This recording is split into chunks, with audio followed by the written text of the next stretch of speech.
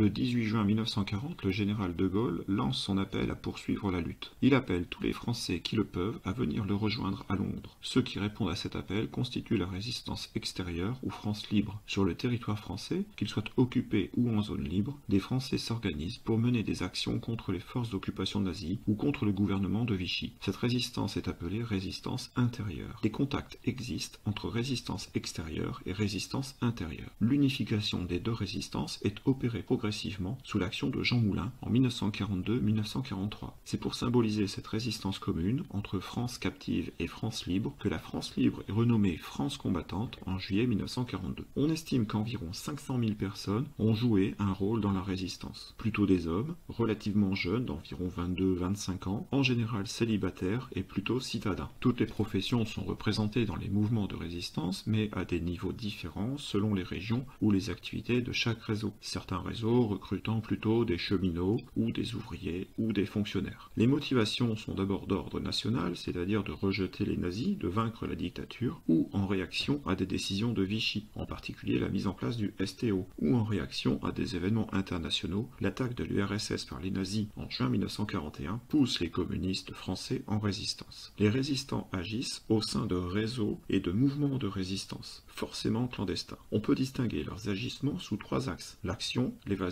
et l'information. L'action d'abord, c'est avant tout du sabotage, le plus souvent de voies ferrées, mais l'efficacité de cette action est limitée, puisqu'en général les voies ferrées sont rapidement remises en état. Des attentats visent des officiers ou des soldats allemands, mais leur portée est là aussi très limitée, surtout quand on considère la violence des représailles allemandes. Des groupes armés clandestins se constituent dans certaines régions difficiles d'accès. On parle de maquis, plus nombreux avec l'afflux de réfractaires au STO, mais les difficultés d'approvisionnement, de formation, d'encadrement, d'armement sont grandes. L'évasion ensuite, quand il s'agit de protéger, de cacher, de faire passer la frontière ou la ligne de démarcation à des juifs, à des aviateurs anglais ou à des résistants recherchés par les autorités. L'information enfin prend deux formes: la création et la diffusion de journaux clandestins, dont le but est de faire pencher l'opinion en faveur de la résistance. On peut citer La Voix du Nord ou l'Humanité. L'autre forme de l'information est destinée aux Alliés. Il s'agit en fait de faire passer des renseignements, par exemple sur les opérations allemandes en cours, par exemple sur les chantiers du mur de l'Atlantique. Suite au débarquement allié en Normandie, les maquis et les différents réseaux de sabotage interviennent par des actions de harcèlement et de sabotage, de manière à ralentir les déplacements et à désorganiser les communications des Allemands. L'insurrection de la résistance à Paris a précipité la libération de la capitale, et de même l'action de la résistance a pesé dans la libération du sud du pays.